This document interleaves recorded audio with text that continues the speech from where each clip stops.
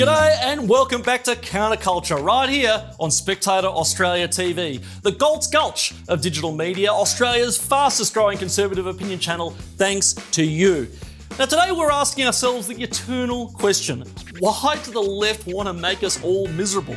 Rebecca Weisser joins us to talk about the HR industrial complex and the woke place. Sorry, I mean the workplace. James Allan explains how political correctness has taken the fun out of sport. Monica Wilkie tells us about how the entertainment industry is creating new supervillains based on people like Jordan Peterson. You cannot make this up.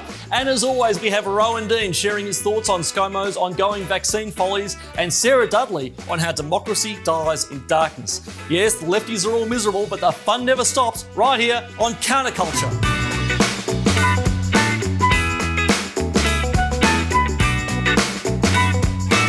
As I follow the news these days, I think to myself, when did we become so joyless? What happened to fun? What happened to feeling good about ourselves? It's not just that feelings matter more than facts these days, it's also that those feelings are so, well, depressing. If you don't believe me, watch the ABC for a couple of hours. I mean, have you ever watched The Drum? Watch it for a little while. I mean, everyone's so serious, so sad. You know, that's the thing about the left. While the rest of us have been engaging in the pursuit of happiness, our political and cultural elite have wrapped themselves in a convected misery. Now, you might be thinking, well, sucks to be them. If they want to be miserable, it's their funeral. But the problem isn't that they're miserable, it's that they want to make the rest of us miserable as well. You want to go to that Australia Day barbecue at that mate's place? Well, you can't possibly celebrate the country you live in. That's racist. Set the alarm early and go to an Invasion Day dawn service instead. Feel like a nice juicy steak? Forget it. That cut of grass-fed Wagyu is contributing to the climate emergency. And sorry, ScoMo, you can forget about that curry as well. That's cultural appropriation. And don't plan on going to the pub anytime soon either. One sip of that pint and you could be contributing to toxic masculinity, domestic violence, child neglect, or worst of all, hurting our beloved hospital system. And don't get me started on the woke vandalism of the English language, the idea that we should all be more inclusive by excluding all manner of totally harmless words and phrases from our collective vocabulary. Now, there was once a time when this madness was limited to the universities, but it's spread. And one of the ways it's spread has been through the so-called human resources industry, who are inflicting all manner of politically correct idiocy on us in the workplace. In this weekend's edition of The Spectator Australia, columnist and occasional guest editor Rebecca Weisser writes about why, thanks to the Morrison government's embrace of wokeness, it's about to get a whole lot worse. Let's chat to her now. Rebecca Weisser, how are you? It's lovely to be here, Gideon. Great to have you back. So let's get right into it. Talk me through the craziness that the Morrison government is unleashing when it comes to this new HR-driven compliance culture, domination of our workplaces. What I would say is obviously this is not just like a green field where we're coming into this area for the first time. In fact, the Sex Discrimination Act was introduced in 1984, and so it is illegal to discriminate against people on the basis of sex and indeed for many other reasons in the workplace. So you might think, well, what are we doing? And that's a very good question. I think if you were and to try to give the government the benefit of the doubt, and certainly they've talked about this, there is so much legislation and there are so many different recommendations and diktats at, state and federal level and so forth, that it's extremely confusing for employers and difficult. If this were an opportunity to simplify and clarify what was going on, then there could be something good perhaps to come out of this. To be honest, some of the language that's being used at the moment, the idea, you can't say things like chuck like a girl, it seems kind of hopeless. That I don't think is going to benefit anyone. What can happen to you in a workplace now if you say something like, well, you throw like a girl?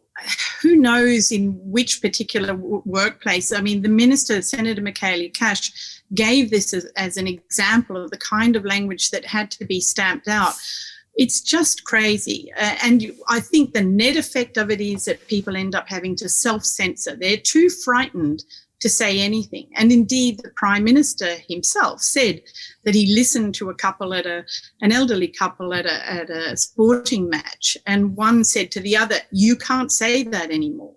And he gave that as a good example. I mean, this idea that people are sort of censoring themselves and censoring their husband or wife, I mean, I just feel like, who's going to want to go to the workplace? We can use common sense with this kind of stuff. We can say that, unwanted sexual attention, sexual harassment, that is wrong, that is bad. Of course, employers should be acting to prevent that. But when you get down to the level of, off-colour jokes and little axioms like that, I mean, that defeats the purpose of what this anti-sexual harassment stuff is really trying to achieve, doesn't it? Well, I think one of the things that I think is a really dangerous unintended consequence is that more and more employers will be nervous about employing women.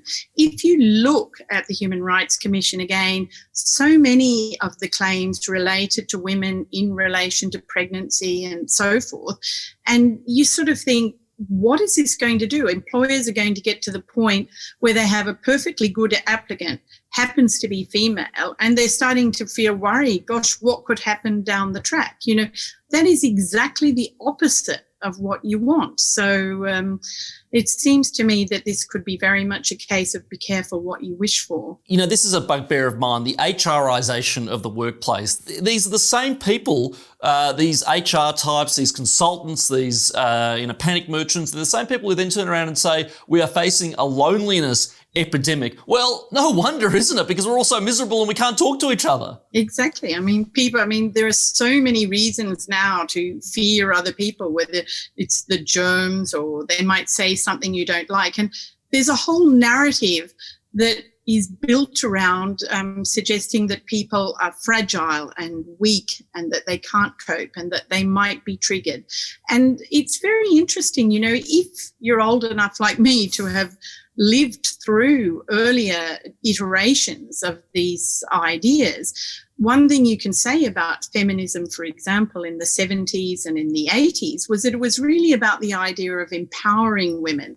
And the feminists would say, we can do anything, I can go anywhere. I demand the right to be able to walk alone at night. And it was a message about women being strong, being capable, being able to do whatever they wanted to do, being able to exercise choice.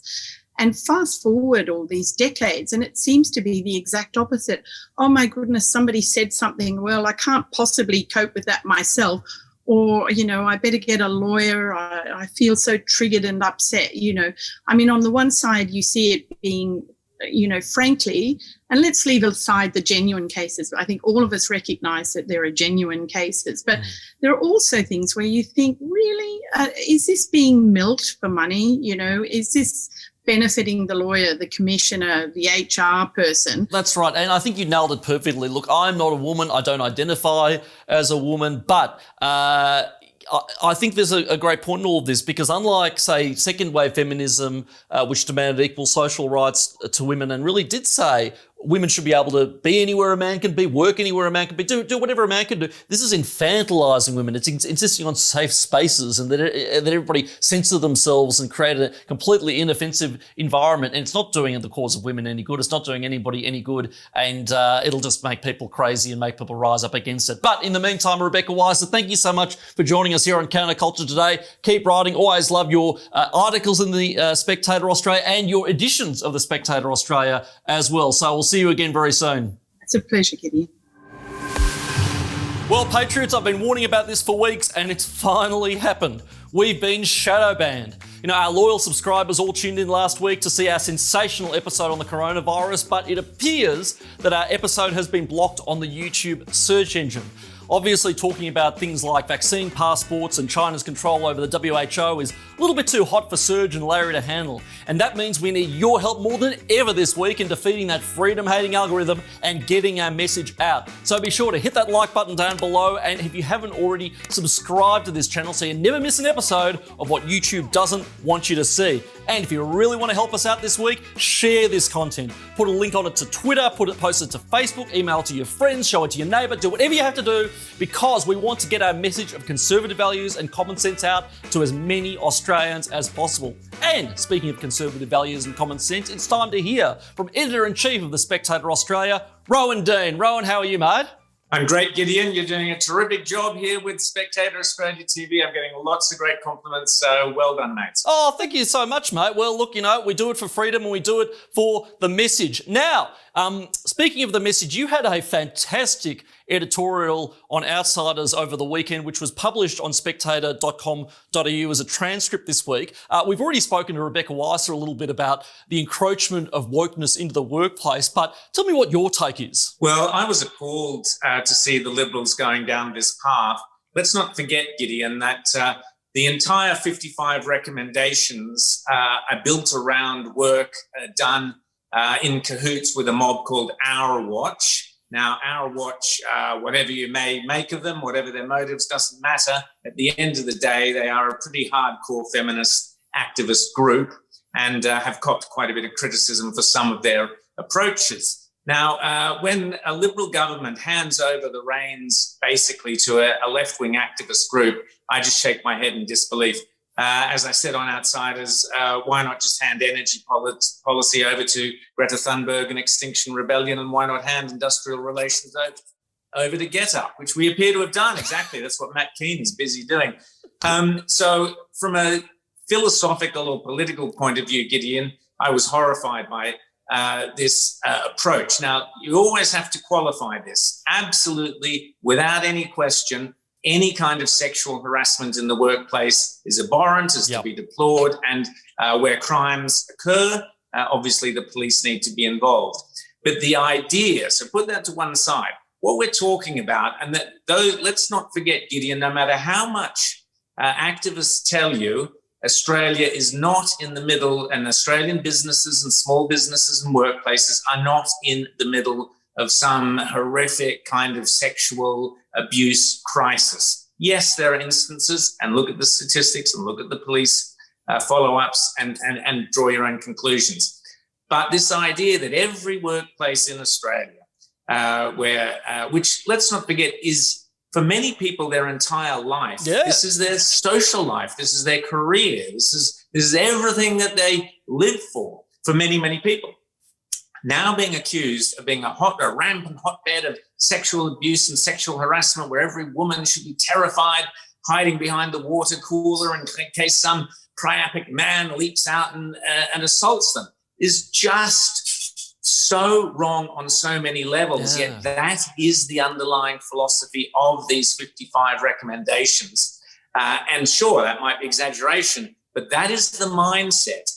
Yeah, and I know I go on about your novel Corkscrewed a lot, but I've got my girlfriend reading at the moment, and I've reread a few chapters. Now, that is set in the 1980s in London, and the workplace standards there, shall we say, are nothing like the workplace standards that are being enforced on us now. But there's a serious point to all of it. And looking at that novel in that time, it was fun, it was free, it was liberated. And, given the book is about the advertising industry, that it maximizes the creative process. It allows the self-expression that allows us to be our best selves. Surely all of these rules and these external standards being imposed from above, it's counterproductive, isn't it? It's totally counterproductive if you're looking at a workplace which is vibrant, exciting, as you mentioned, creative, innovative, all those things. If you're looking at now, again, I repeat, I'm not advocating any kind of sexual misconduct, and the book was a work of fiction, but it certainly did draw on what had occurred there.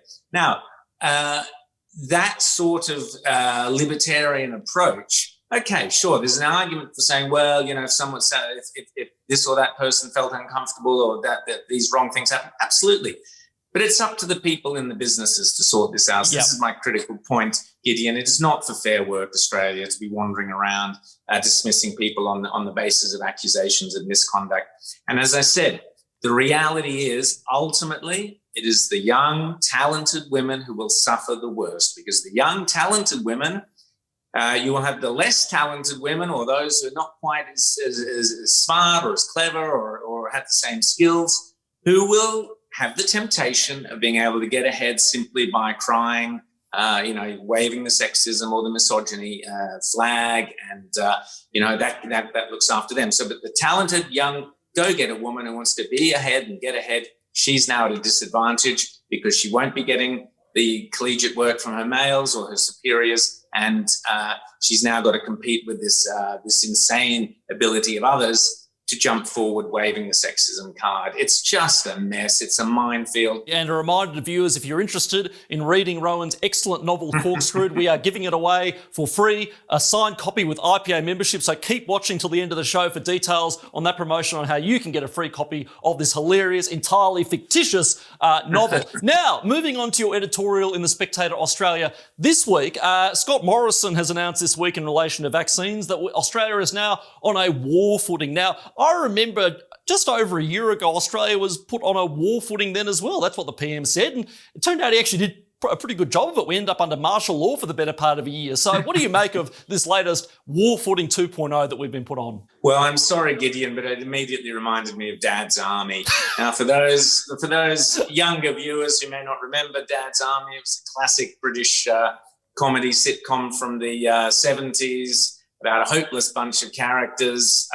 They were too old or too young to actually enlist and go to war, so they were at home, protecting Britain from being invaded by the Nazis, and the comedy revolved around the fact that they were pretty much up against an imaginary enemy most of the time, yet they were always panicked and fearful and running around with all sorts of elaborate scams and schemes to save the nation. And I'm sorry, this just reminded me of Dad's Army. It reminds me particularly the National Cabinet is, I say in my editorial, it's a comedy troupe worthy of Perry and Croft, who wrote Dad's Army. The National Cabinet is a complete farce. It has been a farce from day one, and and we're now told going on to a war footing means these clowns meeting up twice a week now. Good God. It's just a joke. The damage they've already done is beyond repair, probably for several decades.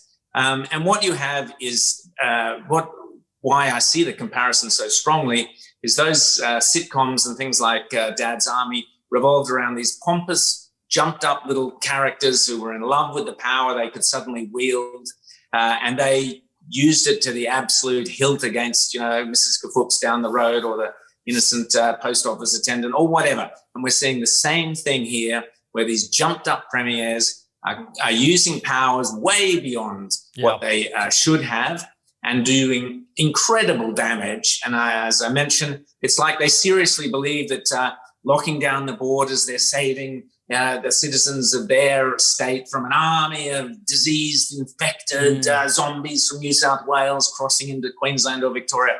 It's laughable stuff. And I'm afraid, Scott Morrison, when they start laughing at you, you're in trouble. To you, Rowan, thank you so much. Looking forward to chatting next week, mate. Thanks, Gideon. Take care, mate. And remember, if you want to read more from our outstanding stable of talent right here at The Spectator Australia, just head on over to spectator.com.au. And if you like what you see there, subscribe to The Spectator Australia today to get instant access to all of our outstanding content, including the weekly Spectator Australia magazine, all the articles in our online section, flat white, and great international authors like Douglas Murray, Brennan O'Neill, James Dellingpole, and many, many more. Just call 1-800-809-233 and quote Spectator Australia TV. So we then get to St Kilda, who are thinking of having a gay pride game. Now, I know you're going to say this has nothing to do with homophobia. This is just using the competition again as some political agenda. Why don't we have a Boat People Day next week? Or what about we have a transgender round and we'll get Caitlyn Jenner to sing at the grand final? And I would suggest that St Kilda and Geelong and the Swans worry about a game plan that might get them into the finals rather than worrying about every other political cause on earth. Well, they don't make him like Sam Newman anymore, do they? Of course, you couldn't put him on TV today. The corporatist woke hucksters have banished him, just like they banished poor old Eddie Maguire. Look, I'll admit it, I'm not really a sports guy, never have been. And to be perfectly honest with you, I don't feel like I'm missing a whole lot. Sport these days seems to be less about the contest of athletic prowess and more about being a vehicle for performative wokeness, just like everything else. But if you think we have it bad in Australia, get a load of the lunatics who've taken over professional sports in the US. Everyone knows about how the National Basketball Association has embraced just about every social justice gimmick under the sun, while at the same time kowtowing to a regime that engages in actual, let's just say, structural oppression.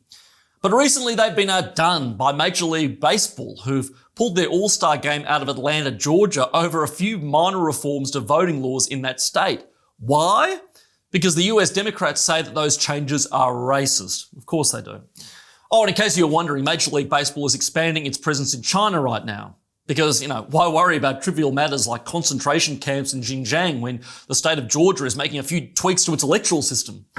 Now, Spectator Australia columnist and counterculture fan favourite James Allan has written about this in this weekend's edition. Let's hear what he has to say. James Allan, how are you? Good, thank you, Gideon. Thanks for having me back.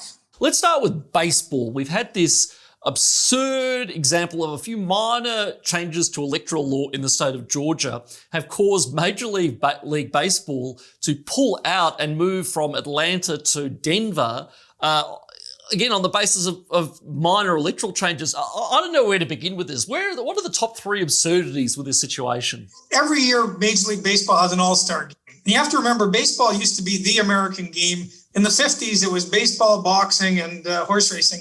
Baseball now would be lucky to creep in at number 3. It's still a great game. And the state of Georgia recently rejigged its electoral law. So during the pandemic, or the so-called pandemic, they basically made voting wide open. And so the legislature pushed the laws back a bit. And so the immediate response from Twitter was, this is a rebirth of Jim Crow laws. All of the usual suspects went crazy. President Biden then started making ridiculous claims. And of course, the Twitter mob got at the president of Major League Baseball. They're based in New York. And he eventually succumbed and said they're pulling the game out of Atlanta. It's coming up in, 3-4 months. So this $100 million game, they're going to pull and move to Denver.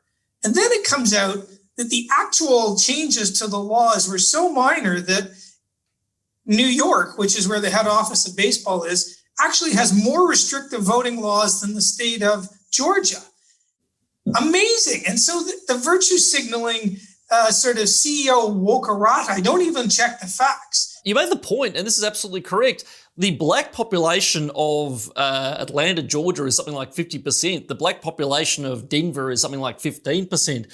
They actually hurt, by taking all that revenue and all that money out of Atlanta, they actually hurt a lot of black-owned businesses. But more to the point, why should Major League Baseball be weighing into these debates at all? It's a sporting league, not a super PAC. If you look at the sort of sports world in the US, so broadcasters, reporters, podcasters, sports administrators, there were studies in the US that show it's almost 27-1, upwards of 27-1, donating to Democrats to Republicans, which is public information in the US. So they're more left-leaning than political reporters. So the political world leans Democrat big time, maybe double figures to 1.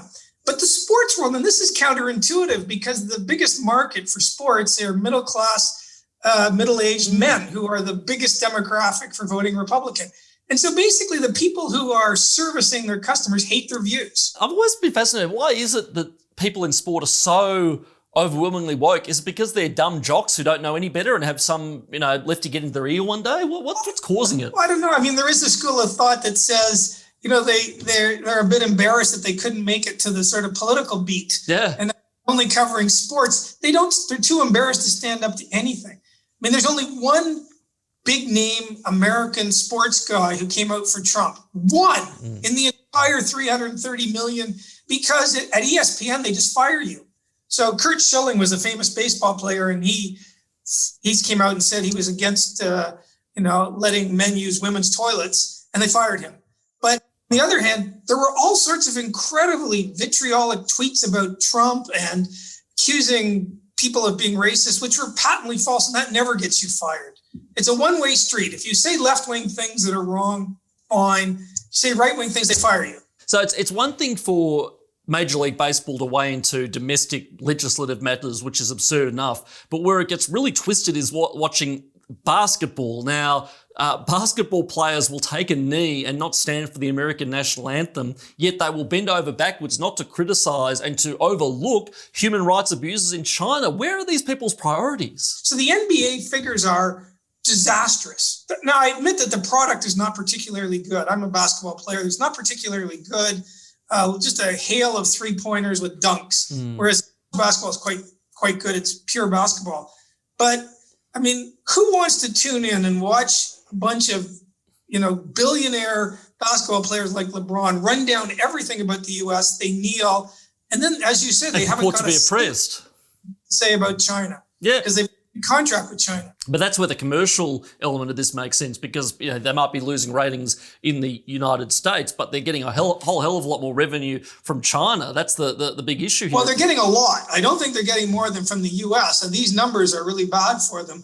But, they're prepared to say things about, police murders in the US, which factually aren't correct. But when it's actually asked LeBron, what do you think about Uyghurs in concentration camps? Oh, well, it's not my job to comment on politics. Well, that's all you have done for the last 2 years. This is not just an American problem. Try going to the football. There's always some round for some fashionable cause or another. Look at what the treatment of Israel Folau, the best player in rugby, being booted off the team for quoting the Bible. This is something that's affecting Australian sporting associations as well. Partly it's their fault, and partly it's that they have caved into the corporate sort of advertisers. So Qantas clearly looks to have pushed rugby union, the ARU, to deal with Folau. Now, personally, when Folau says you're going to hell if you're gay or an atheist or a big drinker, well, I hit two of those. I don't work on Parliament Hill, so I don't hit three of them. But I hit two of them. I don't care what Israel Folau says. The guy's a sports figure. I like the way he plays rugby. I don't care whether he thinks I'm going to hell. The idea that you would take him out of the sport because you don't like his views is just pathetic. Anyway, to you, James Allan, thank you so much for coming on. We always love having you. We always love reading your stuff in the spec. Keep writing, and we'll see you again very soon. Yes, thank you. Keep doing God's work.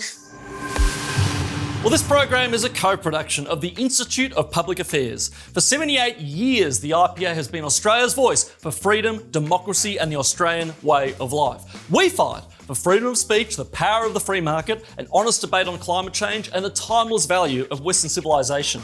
We don't receive a cent of funding from the government and are not beholden to nervous advertisers. We speak out only because of the support of thousands of great Australians who are proud and paid up IPA members. Now, as I said earlier in the show, over the past few weeks, we've had a special offer for new IPA members. A bonus signed copy of Corkscrew, the brilliant novel written by the Spectator Australia's very own Rowan Dean. And I have to tell you, they are selling like hotcakes. So we at the IPA have decided to extend this very special offer. Sign up right now to the Institute of Public Affairs and you'll receive a copy of Rowan's hilarious novel, as well as exclusive benefits like priority access and discounts to IPA events, our quarterly magazine, the IPA Review, our weekly email roundup for freedom enthusiasts called Hey, What Did I Miss?, regular updates from Executive Director John Roscombe offering his take on the tough issues of the week, policy updates from our gun research team giving you all the ammunition that you need to own that lifty mate at your next insufferable dinner party, and some merch as well, as you would expect. And of course, on top of all that, you will be supporting the IPA's work in defending freedom, democracy, and the Australian way of life. Just head to ipa.org.au/corkscrew, sign up today, and join Australia's voice for freedom. And now let's see what you had to say in the YouTube comments section of last week's episode. Cranky Witch writes, 30 plus years ago, Aussies screamed blue murder at the proposal of the Australia card, an insufferable invasion of privacy and a tool to reduce our freedoms. Here we are now, with barely a murmur against the idea of a health passport. Well, look, to be fair, there aren't any hard and fast proposals for vaccine passports in Australia. Not yet, anyway. But if there were, would it be like the Australia card debate? I think it would. I think most Australians would be horrified at the idea of a vaccine passport. But would anybody actually listen to ordinary Australians from the government or from our public service? Well, that's an open question. Errol writes, drop the use of the term counterculture. It makes it look like all these ideas only relate to a minority of Australians. Our voting record indicates that the quiet Australian who mostly determines election outcomes is a centre-right voter and believes much of what you discuss. Well, look, thank you, Errol, and you're not wrong. This does come up a lot. I agree. Most Australians do share the values we talk about right here on CounterCulture. But unfortunately, almost all of our major institutions have been hijacked by the cultural left. The public service, the professions, universities, schools, major corporations, the entertainment industry, the mainstream media, the charity sector, industry associations, and of course, the government itself. We are, as Australians, as the quiet Australians, as you said, in the cultural majority, but institutionally we're in the minority. So we need to take our institutions back, and the only way to do that is by changing the culture. Hence the name CounterCulture and why programs like this are so important to changing the debate and saving the Australian way of life. And relatedly, some person named How2 writes, "Yay, let's obsess over trivial cultural issues for 45 minutes. Now, that was in relation to last week's episode on the coronavirus and the horrendous government's response to the coronavirus. So, How2, if that is your real name, which obviously it isn't, if the greatest destruction of our liberties and livelihoods in the history of the Commonwealth of Australia is a trivial cultural issue to you, then that's obviously your view and we can't change that. But don't say we didn't warn you when they do this to us again. And now, all that said, it's time to hear about what's on the front cover of this week's Ends edition with our covers editor, Sarah Dudley. Sarah, how are you? I'm great, Gideon. How are you? I'm very, very well. Now, this is a great front cover this week. This touches on the perennial issue, one of the many fronts of the culture wars that we fight against, which is fake news. Talk us through the cover. Professor Rakesh Thakur, he's got this great insight, and it's his cover story that actually democracy dies when the media lies. So I thought for the cover, wouldn't it be fantastic if the media were held to account and they actually had to advertise their programs honestly? So they couldn't add any spin or anything else, just the plain truth. So on the cover this week, we see a guy and he's sitting in his armchair and he's holding his copy of the TV guide, and he's reading the absolute truth, everything that he sees. At 7 o'clock, it's lies. Swap channels, 7:30, it's more lies. 9:30, it's whoppers. Flick the remote, and at 11 o'clock, it's hogwash. It's bull at 10, and it's bull again at 4. You get the picture, Gideon. I do. And what I love about this cartoon is the illusion of choice this poor bloke has. You know, there are different channels, and everything else, but they all say basically the same thing over and over and over again. This is what it's like with the mainstream media. I mean, even if you leave aside the $1.1 billion propaganda network that is the ABC, even if you look at, Channel 10 and 9 and 7 in terms of their news coverage, you're really talking about, Coles, Woolworths and IGA. Well, there's no product differentiation there, is there?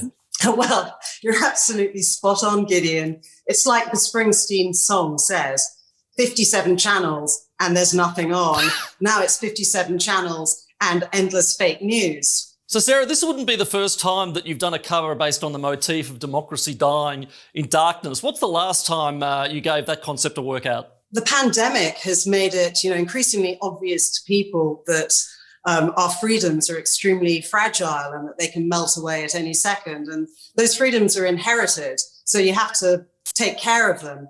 So when you consider putting the Statue of Liberty on the front cover, and, the Statue of Liberty, she's got this she's an iconic visual, and the torch which is held aloft, that is the eternal flame of freedom burning.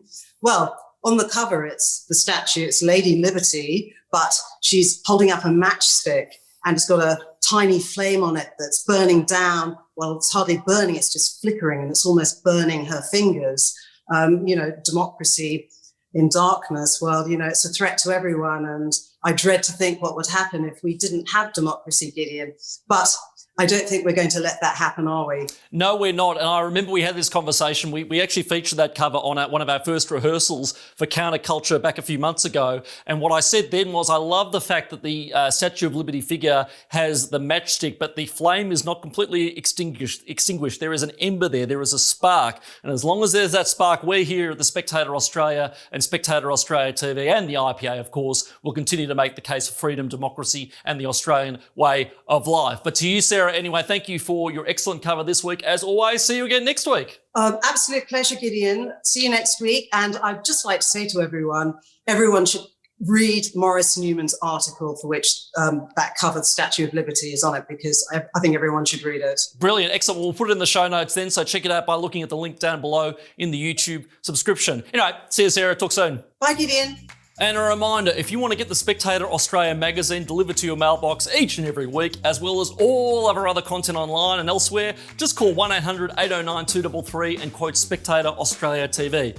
And on that note, let's take a look now at all the scintillating content available to our patriotic Spectator Australia subscribers.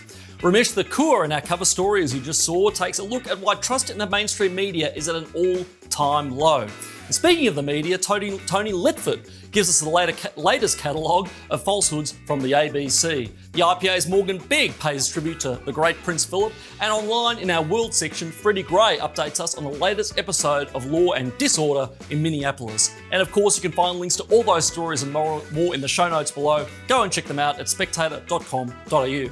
And while you're there, be sure to sign up for the Morning Double Shot, a daily edition of Spectator Australia goodness brought to you by editor Terry Barnes. Terry is up bright and early each and every morning, scanning the news, offering you your first shot of comment for the day, and helping you make sense of whatever madness the morning news brings. Plus, your daily highlights of what the Spectator Australia is saying about the issues that matter. Morning Double Shot arrives at 7 a.m. every morning, so check it out, sign up, and be informed. I think it kind of does matter that I'm purple. I mean, I'm purple because I'm literally an alien. Well, I'm not an alien, but it definitely matters to me that I'm black. Yeah, it makes a difference that I'm white. I know the two of us get treated very differently. I just think it's messed up to compare me being an alien to you two being different races. You're both human. You're totally biologically the same. Adding purple people into a lesson about human racism makes no sense. Yeah, that is pretty weird. I think people like the black, white, or purple thing because adding a fantasy race in there helps distract from the actual racism black people have to deal with. Right. My experience with anti-black racism is really specific. Other people of color experience other forms of racism too, but you won't see any of that if you don't see color. That's an actual children's cartoon. It was produced by the Cartoon Network.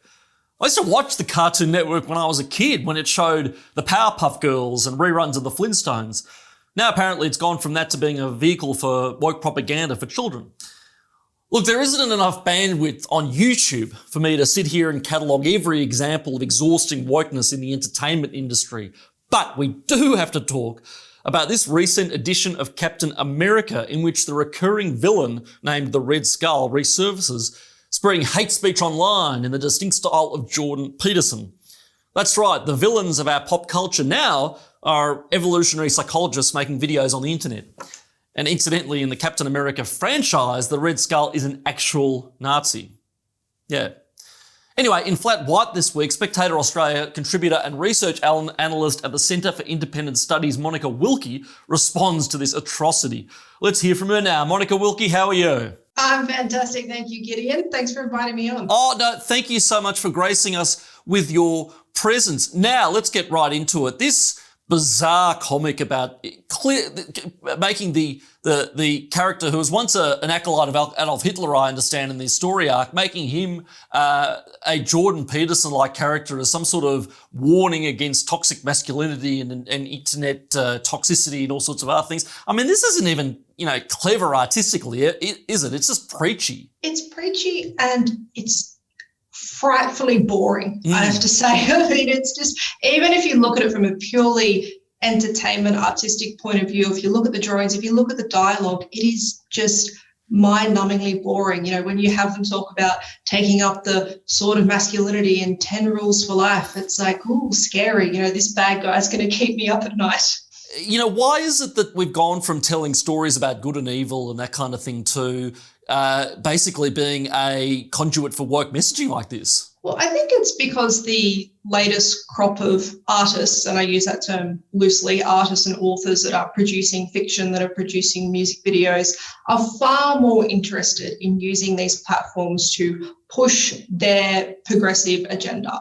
Now, as people often point out, which is true, politics has always infused art to a certain extent. I mean, even the character of Captain America, which we're talking about, the Captain America comic books, he was originally devised in the 1940s to basically galvanize America around traditional American values that regardless of whether you're a Republican or Democrat, you all pretty much agreed upon, which is why he was so popular, because they could see themselves in this character, and he was fighting an external enemy. But what you have now is basically these characters fighting amongst themselves, and in this case, a Canadian psychologist.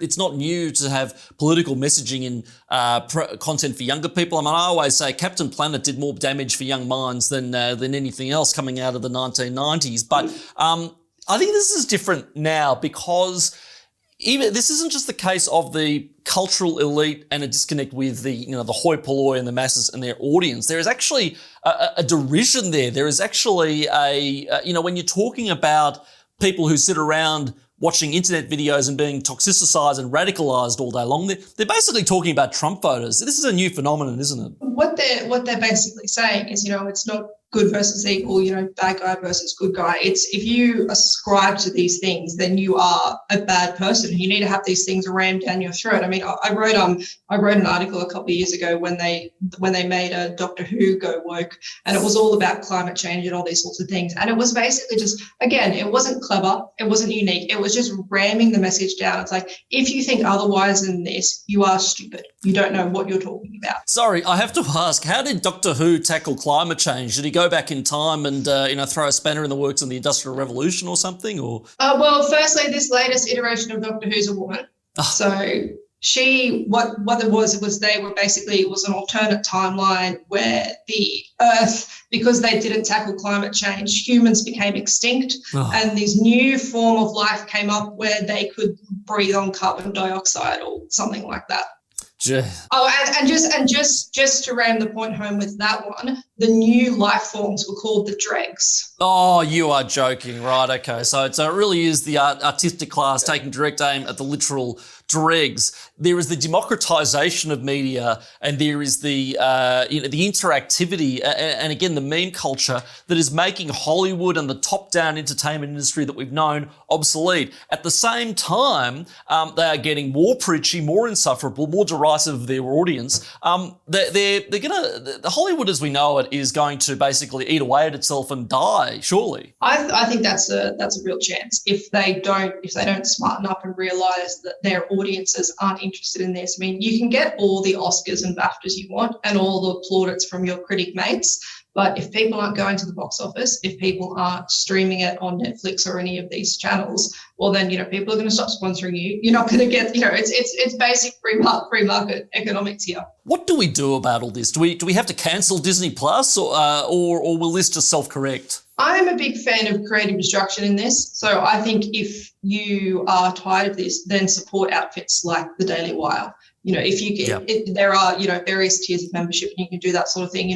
Watch those content creators on YouTube that aren't funny because they're, preachy and showing a message, but are just objectively funny because they're clever and very witty. I mean, I think you use a very good expression, Gideon, that I use as well, the democratization of communication and entertainment that we have now. It also means that a lot of this stuff is free. So, you don't have to pay to watch a YouTube movie. Sometimes, sometimes you do, sometimes you don't. But, a lot of this content you can access for free and you can vote with your feet. And I would encourage people to do that.